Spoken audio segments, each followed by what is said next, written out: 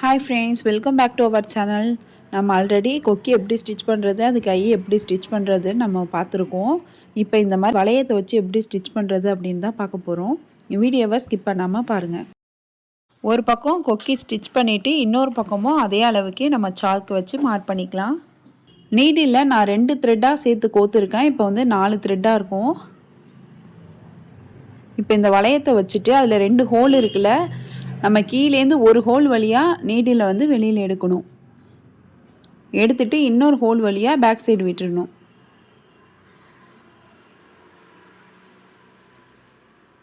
திரும்ப needle back சைடில் வெளியில் எடுத்துட்டு திரும்ப அந்த ஹோலில் விட்டுடணும்.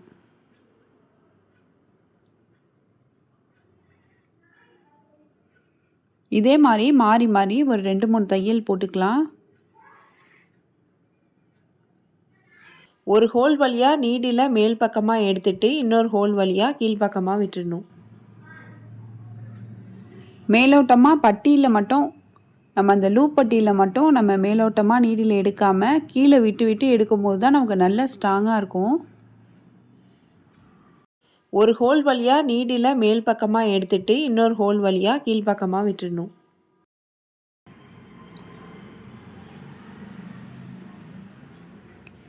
இதுக்கப்புறமா நீடில் இந்த சைடு விட்டுடணும். நம்ம கொக்கி மாட்டுவோம்ல, அந்த வளையம் கிட்ட 2 பக்கமும் இதே மாதிரியே ஸ்டிச் பண்ணணும். அதே மாதிரி எந்த நாட்டும் போட வேணாம். அந்த பக்கத்தால் நீடில் வெளியில் எடுத்துட்டு இந்த பக்கத்தால் கீழே விட்டுடணும்.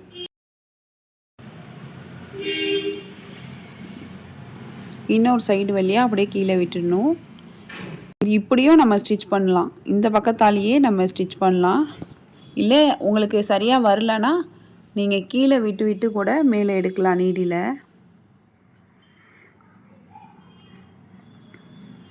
இப்போ திரும்ப கீழே நீடில் விட்டுட்டு இன்னொரு சைடு எடுத்துகிட்டு இன்னொரு பக்கமும் அதே மாதிரியே ஸ்டிச் பண்ணிக்கலாம். இப்போ பார்க்கும் போதே தெரியும் நமக்கு நவுறாது, நல்ல ஸ்ட்ராங்காக இருக்கும் வளையம். ஒரு பக்கத்தால் நீடில் வெளியில் எடுத்துட்டு இன்னொரு பக்கத்தில் அப்படியே கீழே விட்டுடணும்.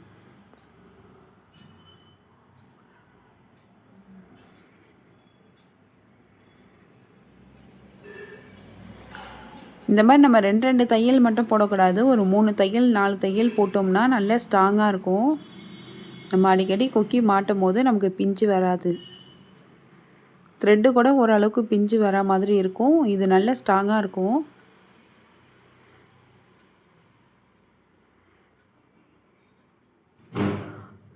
இதுக்கப்புறம் நம்ம பேக் சைடில் நாட் போட்டுக்கலாம்.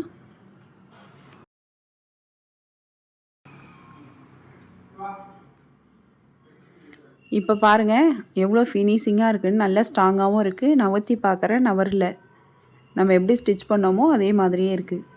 இப்போ வந்து பேக் சைடில் வந்து நம்ம நாட் போட்டுக்கலாம். லைட்டாக நீடில் குத்தி எடுத்துட்டு ஒரு 2-3 சுற்றிக்கலாம் த்ரெட்டை.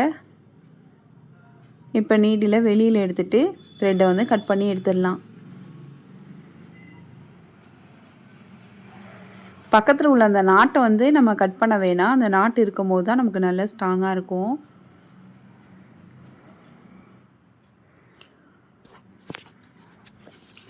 இதே மாதிரி இன்னும் 2 வளையத்தை வந்து நம்ம ஸ்டிச் பண்ணிக்கலாம்.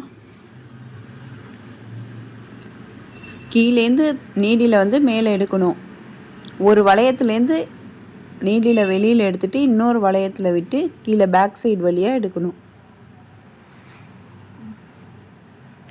நம்ம ப்ளவுஸ் எந்த அளவுக்கு ஃபினிஷிங்காக ஸ்டிச் பண்ணுறோமோ அதே அளவுக்கு நம்ம கொக்கியும் இந்த வளையத்தையும் ஃபினிஷிங்காக ஸ்டிச் பண்ணி கொடுக்கணும். இல்லை த்ரெட்டில் நம்ம ஸ்டிச் பண்ணுறா இருந்தாலும் அதையும் ஃபினிஷிங்காக ஸ்டிச் பண்ணி கொடுத்தா தான் கஸ்டமர் நெக்ஸ்ட் டைம் நம்மள்ட்டையே ஸ்டிச் பண்ண கொடுப்பாங்க. நல்ல ஸ்ட்ராங்காக இருக்கணும். இப்போ இந்த வளையத்துலேயே நீடில் எடுத்து இன்னொரு வளையம் வழியாக பேக் சைடு விட்டுடலாம்.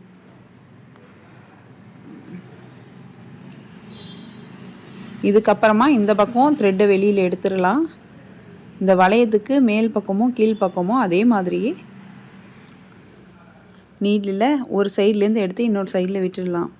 இல்லைன்னா அந்த மேல் பக்கமாகவே நம்ம நீடில் விட்டு எடுக்கலாம்.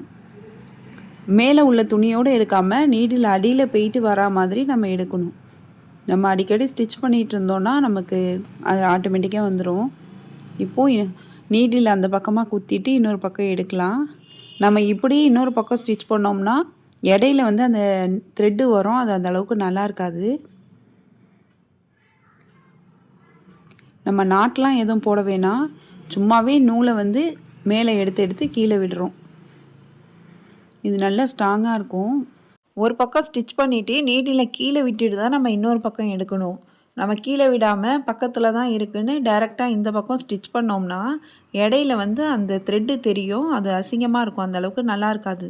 அதனால தான் நம்ம நீடில் கீழே விட்டு இன்னொரு பக்கம் எடுத்து ஸ்டிச் பண்ணுறோம். இதுக்கப்புறமா பேக் சைடில் திருப்பிட்டு நம்ம நாட் போட்டு எடுத்துக்கலாம். இதே மாதிரி இன்னொரு வளையத்தையும் நம்ம ஸ்டிச் பண்ணிக்கலாம்.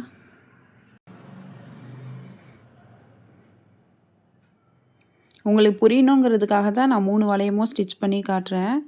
நம்ம ஒரு வளையம் எப்படி ஸ்டிச் பண்ணோமோ அதே மாதிரி தான் எல்லாத்தையும் ஸ்டிச் பண்ணணும்.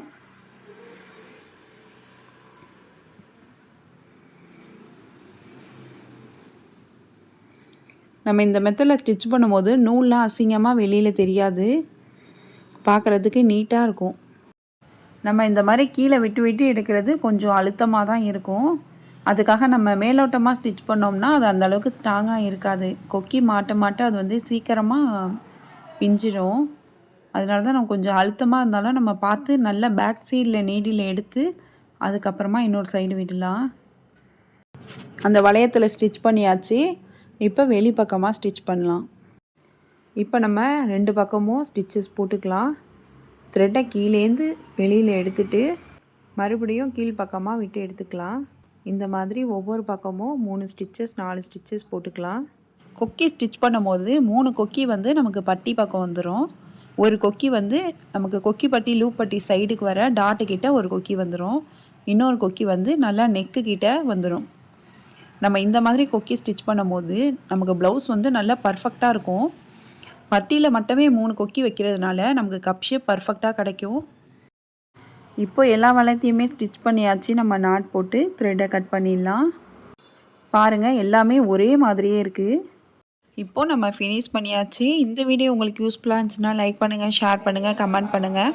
மறக்காமல் சிவி சாய்ரா சேனலை சப்ஸ்கிரைப் பண்ணிவிடுங்க. தேங்க்ஸ் ஃபார் வாட்சிங்.